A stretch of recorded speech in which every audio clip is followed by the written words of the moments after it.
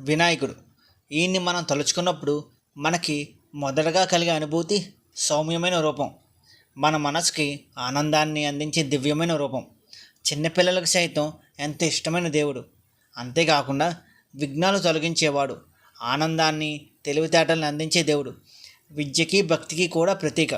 కానీ ఇలాంటి శాంతంగా కనిపించే గణపతికి మరో భయంకరమైన రూపం ఉంది.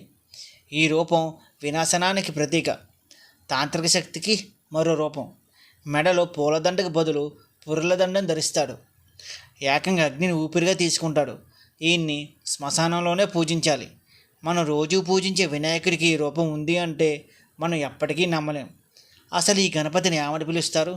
ఈయన్ని ఎలా పూజించాలి? అసలు సామాన్య ప్రజలు ఈ గణపతిని పూజించవచ్చా?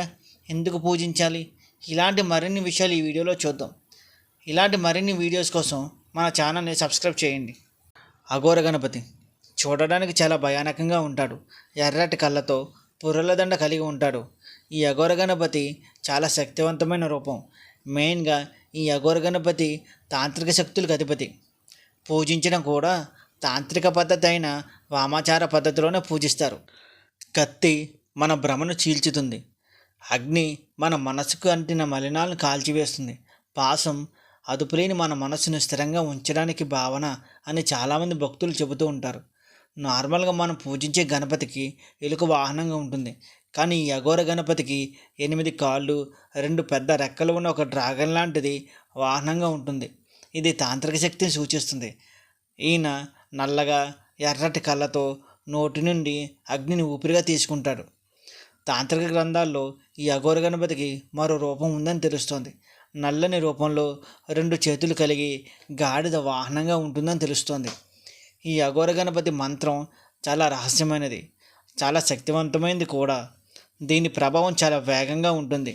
అందువల్ల ఈ మంత్రంతో చాలా జాగ్రత్తగా ఉండాలి.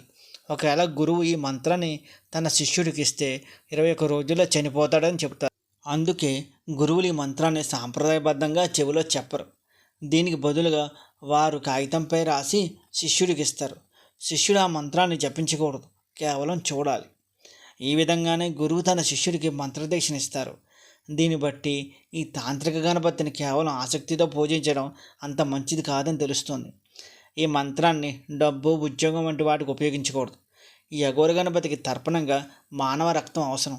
అది సాధకుడిది లేదా మరొకరిది ఎవరిదైనా కావచ్చు.